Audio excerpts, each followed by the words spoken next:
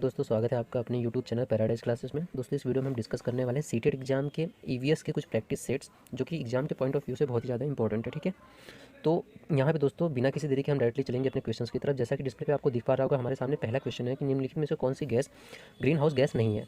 तो दोस्तों इसका करेक्ट आंसर हो जाएगा हीलियम। ठीक है, अगला प्रश्न है ध्वनि प्रदूषण का मापन किस इकाई द्वारा किया जाता है। तो दोस्तों ध्वनि प्रदूषण का मापन किस इकाई द्वारा किया जाता है, तो इसका करेक्ट आंसर हो जाएगा डेसिबल। ठीक है दोस्तों, अगला प्रश्न निम्न में से किस स्थलाकृति का निर्माण हिमानी द्वारा हुआ है। तो इसका सही जवाब हो जाएगा यू आकार की घाटी दोस्तों। अगला प्रश्न निम्न नदियों में से कौन सी नदी बंगाल की खाड़ी में गिरती है। तो कौन सी नदी बंगाल की खाड़ी में गिरती है, स्वर्णरेखा। अगला प्रश्न मध्य प्रदेश में कौन सा शहर झीलों का शहर कहलाता है। तो दोस्तों मध्य प्रदेश में कौन सा शहर झीलों का शहर कहलाता है, भोपाल। ठीक है, अगला प्रश्न निम्न में से कौन सा सागर यूरोप को अफ्रीका से अलग करता है। तो दोस्तों यूरोप को अफ्रीका से अलग करने वाला सागर कौन सा है, भूमध्य सागर। अगला प्रश्न किसी खाद्य श्रृंखला में शाकाहारी कौन होते हैं। ठीक है, चयन के बारे में यहाँ पूछा गया है, तो प्राथमिक उपभोक्ता जो होते हैं वो शाकाहारी के इंटरनल आते हैं, प्राथमिक उपभोक्ता। ठीक है दोस्तों, अगला प्रश्न पारिस्थितिक तंत्र के तत्वों के चक्र को क्या कहा जाता है। तो दोस्तों ये लगभग सबको पता होगा, जैव भू रासायनिक चक्र। अगला प्रश्न निम्नलिखित ईंधनों में से कौन सा न्यूनतम पर्यावरणीय प्रदूषण उत्पन्न करता है। ठीक है, कौन सा गैस है वो, हाइड्रोजन की बात यहाँ पे हो रही है। अगला प्रश्न संकटग्रस्त जंतु दैत्याकार पांडा कहाँ पाया जाता है। तो दोस्तों पांडा दैत्याकार पांडा तो कहाँ पाया जाता है, चीन में। अगला प्रश्न निम्नलिखित में से किस गैस के कारण भोपाल गैस त्रासदी हुई थी। तो कौन सा गैस था, मिथाइल आइसोसाइनेट। ठीक है, अगला प्रश्न किस देश में क्रिसमस का त्यौहार गर्मियों में मनाया जाता है। दोस्तों ऑस्ट्रेलिया ऐसा देश है जहाँ पे क्रिसमस का त्यौहार गर्मियों में मनाया जाता है। अगला प्रश्न गिर वन्य जीव अभ्यारण्य निम्न में से किस वन्य जीव का संरक्षण करता है। तो दोस्तों इसका सही जवाब शेर हो जाएगा। अगला प्रश्न निम्न में से कौन सी प्राकृतिक वनस्पति मरुस्थलीय प्रदेशों में पाई जाती है। सही जवाब आपका कैक्टस है। ठीक है, अगला प्रश्न ग्रीन मफलर किससे संबंधित है। ये वर्ड याद कर लीजिएगा, ग्रीन मफलर। तो दोस्तों ये कौन से पॉल्यूशन से संबंधित है, तो यह ध्वनि प्रदूषण से संबंधित है। ठीक है, अगला प्रश्न भू पारिस्थितिकीय तंत्र में ऊर्जा का महत्वपूर्ण स्रोत क्या है।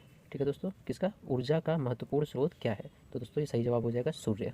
अगला प्रश्न टाइटन किस ग्रह का प्राकृतिक उपग्रह है। तो दोस्तों टाइटन शनि ग्रह का प्राकृतिक उपग्रह है। अगला प्रश्न निम्नलिखित में से कौन सी बायोडीजल की फसल है। बायोडीजल की बात कर ले तो जट्रोफा जो है वो बायोडीजल की फसल है। अगला प्रश्न पर्यावरण संरक्षण अधिनियम किस वर्ष पारित किया गया था। तो दोस्तों पर्यावरण संरक्षण अधिनियम से भी सवाल आ सकते हैं, यहाँ ध्यान दीजिएगा, यह 1986 में पारित किया गया था। ठीक है, भूमंडलीय तापमान का कारण क्या होता है। तो दोस्तों सीधी सी बात है, भूमंडलीय तापमान का कारण कार्बन डाइऑक्साइड में वृद्धि एक्सेस जब होता है तो यह एक रीजन बनता है। ठीक है, अगला प्रश्न निम्न में से किसमें सर्वाधिक जैव विविधता पाई जाती है। तो दोस्तों उष्णकटिबंधीय सदाबहार वर्षा वन बायोम में सर्वाधिक जैव विविधता पाई जाती है। अगला प्रश्न निम्न में से किस मृदा का निर्माण लावा द्वारा होता है।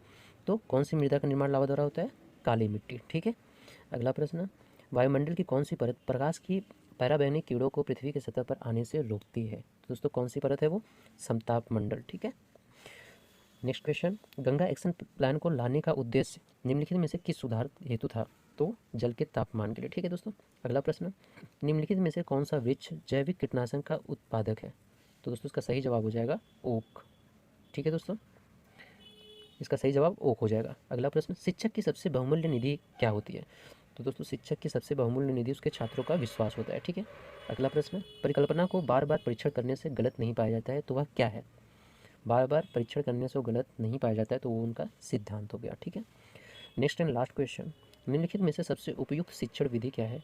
तो दोस्तों उसमें इसका आपका सही जवाब हो जाएगा विचार गोष्ठी एवं कार्य योजना। ठीक है, तो दोस्तों ये कुछ महत्वपूर्ण क्वेश्चंस थे जो कि एग्जाम के पॉइंट ऑफ व्यू से बहुत ज़्यादा इंपॉर्टेंट थे। तो दोस्तों अगर आप सीटेट के विद्यार्थी हैं, सीटेट की तैयारी कर रहे हैं, तो चैनल को जरूर सब्सक्राइब कीजिएगा, क्योंकि कहीं ना कहीं चैनल पे मैं पूरा जी जान लगा के आपके लिए ज़्यादा से ज़्यादा मटेरियल्स लाने की कोशिश कर रहा हूँ, जिनसे कि आपकी तैयारी को काफ़ी हद तक थोड़ा सरल और सुगम बनाया जा सके। ठीक है, तो दोस्तों मिलते हैं नए वीडियो में नए टॉपिक के साथ, तब तक के लिए bye bye, take care, love you all, जय हिंद जय भारत, थैंक यू।